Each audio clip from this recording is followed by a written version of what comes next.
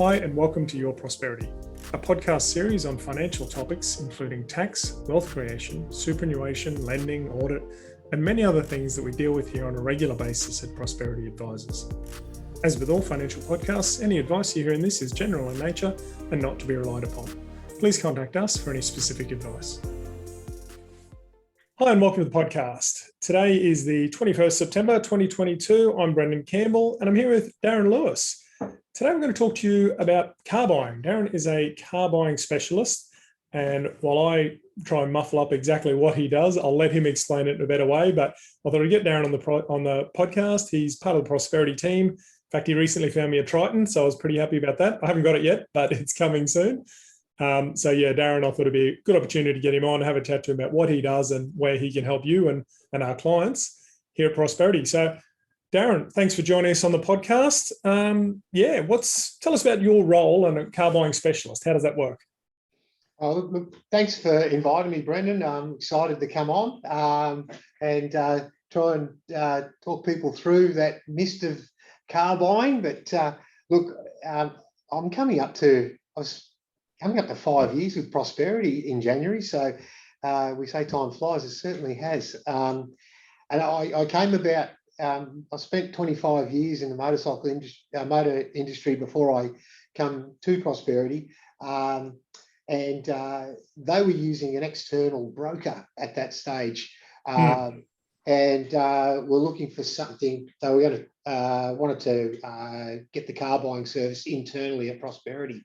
So I was approached a couple of times because I was supplying some of the vehicles through that broker. So we just sort of got to meet that way, Brendan. But it's turned out really well for our clients. As you know, Prosperity Smart Drive has a salary packaging arm. We have clients from the health sector, not-for-profit, government. We've got councils and mining sector, the whole lot, where we supply novated leases.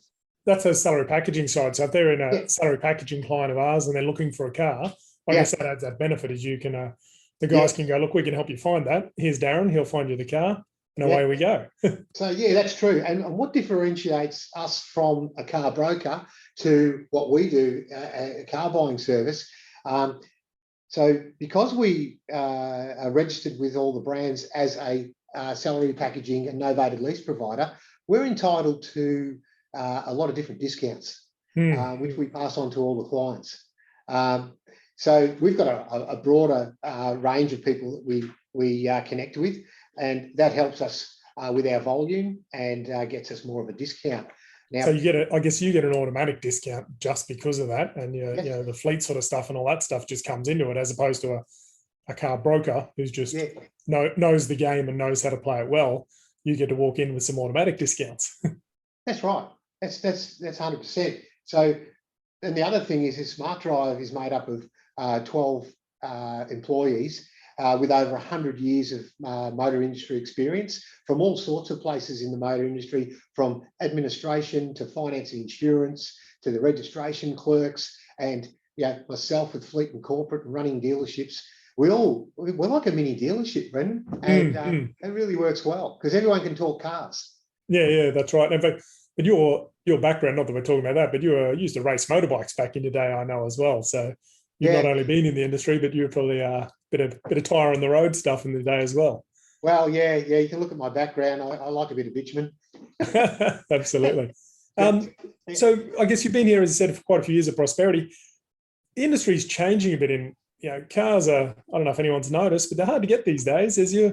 What's changed with your role and how does that changing landscape we're in at the moment affect what you do? And I assume it makes it harder because anyone you ring up these days to try to get a car. Sometimes they're telling you it's 2 years. Like, how does it change for you? Well, there's that big COVID word did change quite a bit. With production, componentry problems with supply, and then and after that we had the roll-on effect with Russia and Ukraine. But a lot of those components come out of those two countries. For instance, a lot of the wiring looms, 60% of the cars wiring looms are made out of Ukraine, and that factory's not there anymore. 60%. magnesium, all these different components. But look, having said that, the thing that we've had to do is we've broadened our tender process. We always were national, but we've reached out to a lot more national dealers and fleet managers and group fleet managers to jump in on that tender process. It's the only way to find those cars.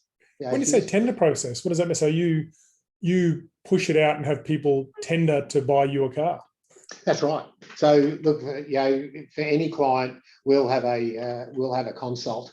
The steps of buying a car is pretty easy with us. We'll have a consult, whether it's via email or on the phone is preferred. You get to talk to people and get a feel for what they want. But you go through that process of who's the car for? Is it business or private? Is it non-for-profit? How are they paying for it? All these different things determines what sort of fleet entitlement they get. And also, we can get a feel for what preferences they have in the car. So we're not only asking, like before COVID, we were asking for, what are your 3 colour preferences? Now we're asking for model or different variant preferences. Just in case that car's not available, we can then say, hey, look, we can't get you one of those, but we can get you into one of these.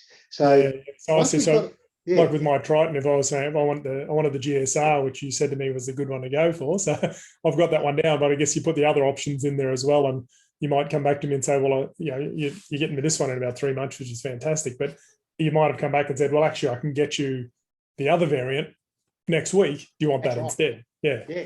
And look, we do grab cars for delivery that same week. In that reason where we've asked the guys, what sort of car would you look at this one? Hey, look, I can get you a Ranger XLT 2-wheel drive dual cab. That'll do. I need that because they're a business. We've got to keep moving. Just on that, the last VFAX figures that came out suggested that there's 126 days from the year just gone, from the time of order to the time you get your car. Prosperity Smart Drive, we're running just under 100 days. And we've also got a couple of cars that are over a year, 12 months, 18 months down the track. So that's pulling our average back a bit too. So I think we're going pretty well. I guess it depends on the car. Like I know some of the electric cars, I know the EVs, which is becoming quite popular, they're very hard to get hold of. Actually, on that, how does that stand with your service? I guess you still do EVs, you still do petrol. What are your thoughts on those? Look, that's a daily question now. We get inquiries all the time. So those EVs, the plug-in hybrids, they're making up 5% of the marketplace now. They were down in the 0.5%, 1%, 12, 18 months ago. They're up there now. And we're still well behind, I guess, Europe and America, aren't we? Because I read something the other day that, it was, maybe I'm wrong, it was something like 50% of new car sales in America are either hybrid EV or some sort of plug-in hybrid or normal hybrid or an EV, which that's a huge number. I don't know if that's right, so don't quote me on that. But I guess Australia in general is a long way behind that EV sort of evolution, isn't it? Yeah. And look, I look out the window here in Newcastle on the foreshore here, and there's 4 charge stations down there. So, and all the shopping centres, the big shopping centres have got them there. So, but I'm a bit of a petrol or diesel guy myself. I could imagine, mate. I could imagine. So, what's affecting choice? You mentioned a couple of people are like you're not asking about colours, you're asking about variants now. Is that the sort of biggest thing you're noticing with that choice, or is it not only variants? Maybe, as you said, is it get me a Ranger or a this or a Triton or a Hilux, but I need one in the next 3 weeks? Is that the sort of stuff you're getting? That's exactly right. So Australia's made up, the 50% of our market is 4x4 and SUV. And I think that's down to the fact that we couldn't travel the last 2 or 3 years. People just traveling around Australia, as you saw, there's a lot of people with caravans on the back, and people just camping and seeing our beautiful country. But that's the way things are going. Our market shares that. But if we find out that you want an automatic dual cab, you want a canopy, you want a tow, it's sort of, they'd rather this car, but then you come back like we can get you a Triton in 3 months. If you wanted that V6 Ranger that's been released and all the pre-orders haven't been filled yet, you're going to look at March, April next year. So we give you those options, so choice and you get a bit of a choice, and that's, I guess, the benefit of you're able to do that, and you're putting it out to tender. So people are coming back to you. The agents and the car yards and whatnot are all coming back to you going, well, here, I can do this for that. And they're fighting for your business because you've got enough buying power, I guess, that we're doing that. Yeah. I'll get my little black book out.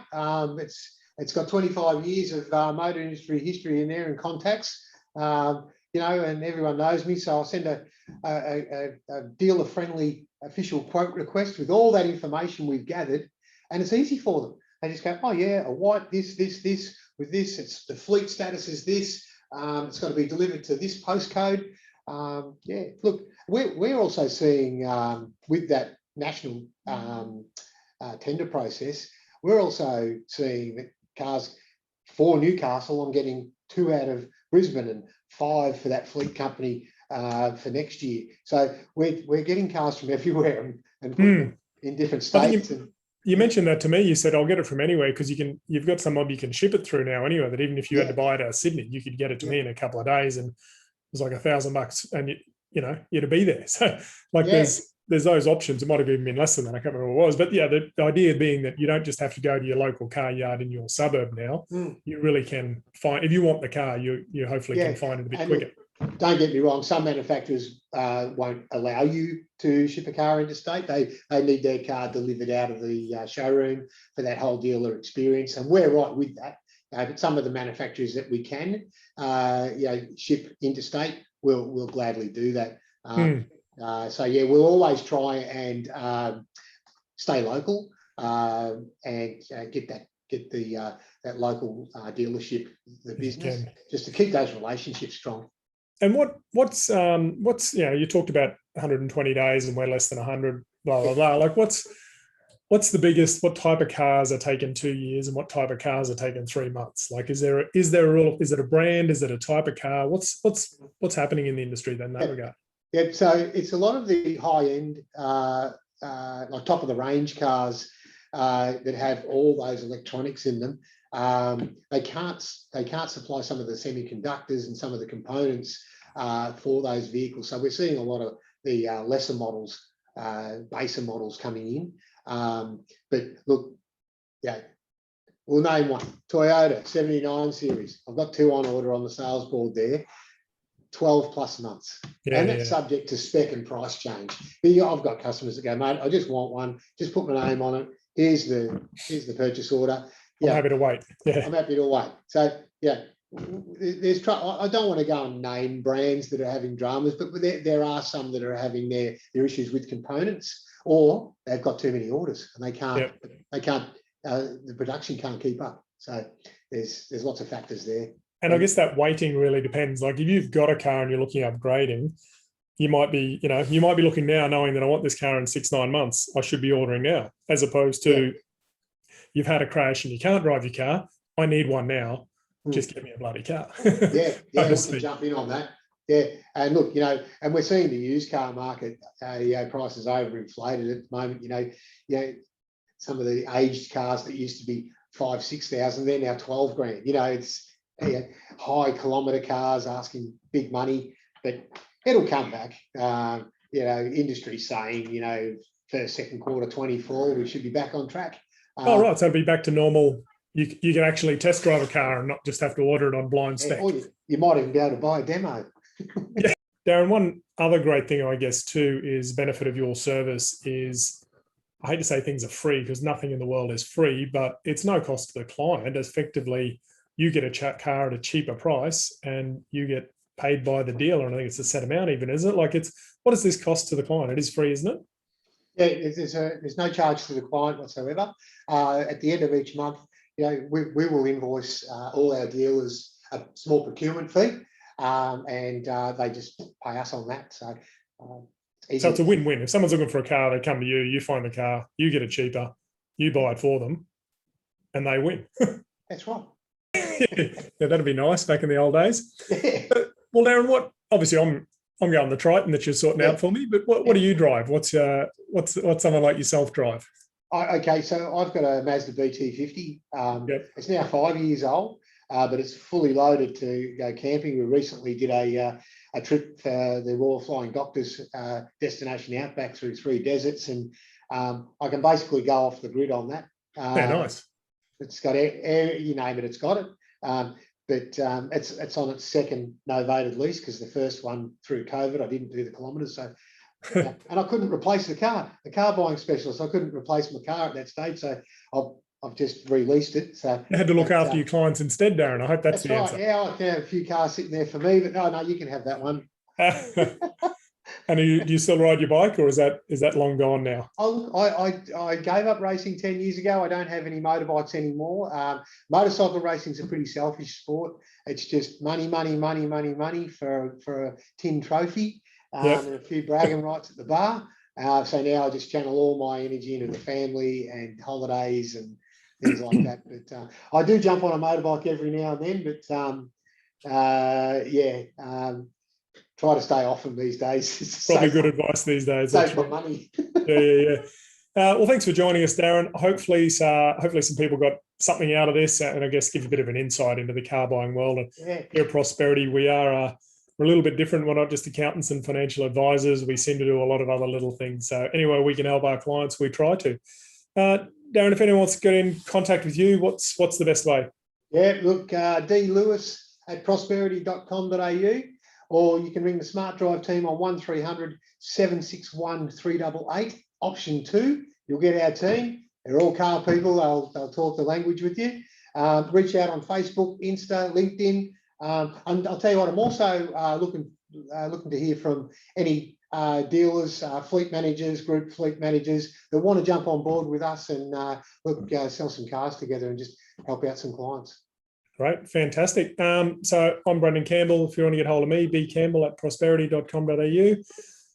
For more topics on accounting and all things accounting that we do at Prosperity here, and things like car buying and Prosperity Smart Drive, get in touch. Jump on the socials on the website prosperity.com.au.